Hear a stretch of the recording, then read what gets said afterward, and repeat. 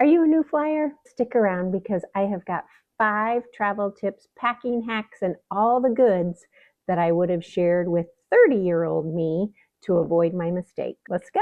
Packing's easy, right? You just take all your stuff, throw it in the suitcase, and off you go. Well, that's what I thought back in my 20s. Then we were taking a family trip and we were going on a cruise to the Bahamas. I was packing the kids' stuff. We get to Miami, which is where we were catching the cruise ship. Guess who forgot a swimsuit? Pretty much the major thing that we needed for the trip. We were going to a water park with the kids.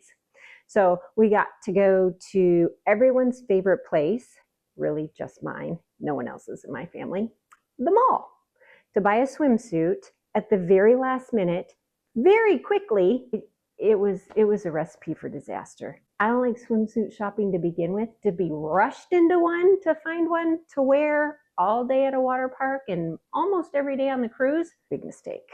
Enter my 50s. Now I have packing checklists. I pack for my activity, and I have today for you 5 of my best packing tips to help you travel your best and not forget a thing. Also, I have put down in the description downloads for different trips, whether you're going to the mountains or the city or the beach. You can feel free to click on down there and download those so that you don't forget the most important piece in your suitcase when you go on a trip. Let's get into it. There's a right way and a wrong way to pack. You do you. My son packs this way. It seems to work for him. I have no idea how, but there is room for improvement, and that's why you found me. I'm going to show you the better way to pack so that you can fit more into your carry-on suitcase. Mistake number 1, don't overpack. There are multiple ways out there that people pack. The one I'm going to show you today is going to get you 20 to 30% more space in your carry-on suitcase. For reference, we are a carry-on only traveler, so that means we get a 20-inch roller bag plus 1 personal item bag, and that's it. 9 trips out of 10, we don't check luggage. Who doesn't want 20 to 30% more space? 2 ways most people pack. There's the rolling method. Roll everything up and tuck it in all the spaces. There's those who just want to fold everything, put it in their suitcase. Then there's me. I'm a mix and matchy girl. I do a little rolling, I do a little folding, and I do the packing cubes. I'm going to show you my way of packing this with the roll, fold packing cubes. But what I wanted to add first is with the checklist that you have, it's going to be based on your location and your activities. First thing to do is 1, where are you traveling to? And 2, what activities will you be doing? Answer those questions and then start on your checklist packing for that. And then what are you doing when you get there? Say, is there a lot of water activities? Don't forget your swimsuit. For this trip, I'm packing more for a colder, small town. Where I start with are my packing cubes. What's going to go in there first? I roll and then start packing those inside the packing cube, whether it be, sometimes I just do all tops in one and all bottoms in another, or I do by outfit, whatever way you want to pack. Start putting those in there. These are going this time by outfit. Jeans, depending on the jeans and how thick they are, sometimes I will fold them across the top. These are my kind of sweatpant jeans, which if you can fly with these bad boys, you won't regret it. These are also compression cubes. So if it doesn't fit and I don't want to compress, voila, unzip this baby. And then as you can see, I have a little more room. Put some of my socks, pajamas, that kind of stuff in there. Tuck it up in there. And this one, I'll show you the suitcase later, but it has the wide handle, so I don't have any dividers here in the middle, which is so nice. Second packing cube. And then this is where the mix and match. I rolled and fold inside the packing cubes. And then we have a Christmas party to go to. So this is a little more delicate, whether you have, say, a silk skirt, satin, sequin. I don't want the chance of it wrinkling. It will go just right on top. And then it's protected when I zip her up. And then you do same thing, side two. Roll, fold, packing cubes in delicates on top. 2 weeks or more, I try and do a capsule wardrobe packing where I have very neutral bottoms and neutral tops that can mix and match, or I may do 1 or 2 bright, full of patterned shirts that will go with all of the bottoms, or option number 3, if I'm going with either blue jeans, khakis, joggers that are all in a solid color, and same with shirts, I'll pack in extra scarves, because that's an easy way to change up the style of the same outfit that you've worn the day before. Mistake number 2 is packing liquids. We are still under the 3-1-1 packing rule when you go through TSA security, which means you are allowed 3.4 ounces of liquid gels or paste or less in 1 quart-size bag, which I always keep a spare in my suitcase, and only 1 is allowed per person. When we travel internationally, I always switch to a quart-size bag because their rules are different and it just makes it easier. Ways that you can consolidate that, so say you have extras, would be try and find as many things that aren't a liquid yet. This is one of my large washcloths. They come in individual packs, but it's just a dry cube until I run it underwater and then it expands. A cleanser come in these little squares, again, until you add water, totally dry. Or you buy specifically for travel containers like these. These are magnetic. And then you put from your larger containers in there. They seal great, compliant with the 3-1-1 rule. Pack those.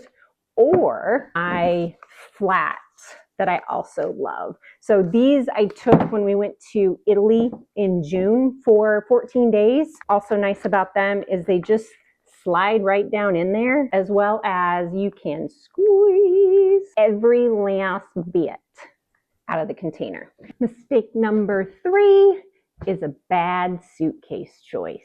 I'm going to start with my newest suitcase and going through some of the high points that make it good. One is having a water pouch, so anything that ends up wet can go in here last minute. And then I also keep from the shoe boxes an extra silica packet in there to make sure all the moisture comes out of there, which we don't want to get moldy or anything. I don't have anything in here to go between, so the shoes will pack in nice too.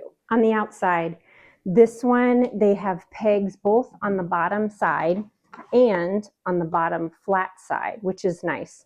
Keeps it from scratching things up. Very, very important 360 wheels. And you want ones like this one where they tuck kind of even in line with the suitcase and they don't stick out either side, because those are gonna get broken. The other thing to test out with your suitcase is obviously how well does it roll, not only on the hard surfaces, but on carpet as well, because a lot of the airports still have carpet. Test that baby out. I love, like I said, on the inside, the bars go along the outside instead of down the middle. This is awesome. The other nice thing to look for is TSA approved lock. As I go through and pull it off the belt from TSA, it reminds me, oh, did I snap that up? And hard shell. Hard shell helps protect your stuff. I love both of these. They both travel really well. If you are looking for a new suitcase, I will put down in the description a video, not by me, it's by someone else, but they break down like the nitty gritty of the suitcases. I'll put that down and hopefully that can help you. Mistake number 4, get yourself organized. My 30-year-old self was a hot mess. I could have used this piece of advice when I was traveling back then. When you are going through TSA security, set yourself up for fast success. That would be, if you don't have pre-check, your electronics to be accessible. Say if you have a front pocket, put that right in there so it's easy to get in and out, as well as put your phone, keys, anything in your pocket in that pocket and not directly in the bin. Protect yourself.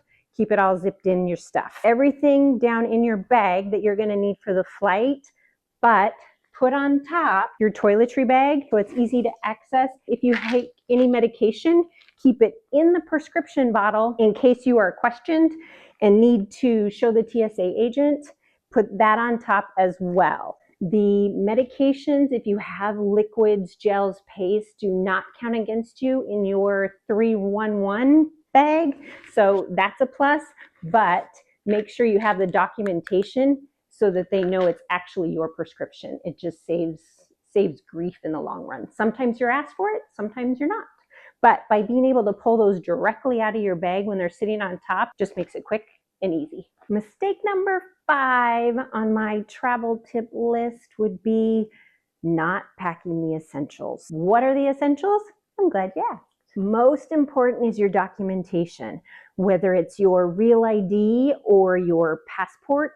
Make sure that you have both the physical copy and a backup copy, whether that be on a regular photocopy piece of paper and it's stuck someplace safe with you, a hidden photo album on your phone, password protected, have a backup of the first picture page, and then also on the very back, there's a barcode down here, have that copy as well. So if it is ever lost or stolen and you need to go to the consulate or embassy to get a backup, it just makes it easier if you have some information to get that new one processed. And a side note to your government ID, the Real ID went into effect in 2025.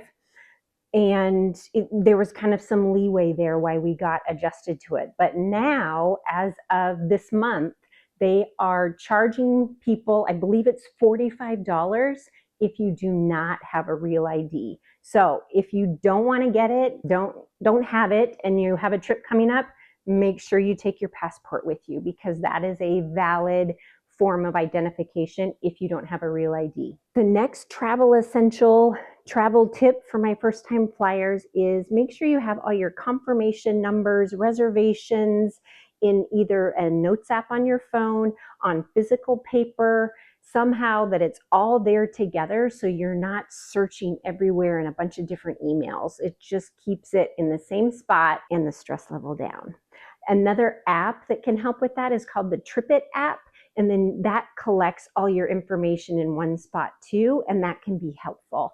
I'll put that down in the link below, or actually I think it's in my 15 travel apps. So I will put that link in there, and that's one of those 15 that can be helpful when you travel so that everything is right where it's supposed to be. And the last essential travel tip, packing hack, when you take your personal item bag, make sure you have a crossbody bag tucked down inside there so that when you get to your destination, you don't have to carry this around the whole trip. Start with a checklist so that you can mark each point when things are getting chaotic a day or two before the trip. You can just check, check, check. Mine is down in the description if you want to grab that, or just start making your own. Make things easier when you're packing for a trip, or put one on your phone. If you're a digital person, awesome. I still like my paper sometimes, so check, check, check. If this video was helpful in any way, please hit the like button, and if you want to see a weekly video, maybe even subscribe. I'm Andrea with A Glimpse of Good Travel Tips, that pilot wife lady, sharing with you so that you can travel well, travel light, and travel in your own kind of style. Happy travels. 9 times out of 10, we don't check luck. No. Days or something. A day or two. Make sure that you have your, oh my goodness.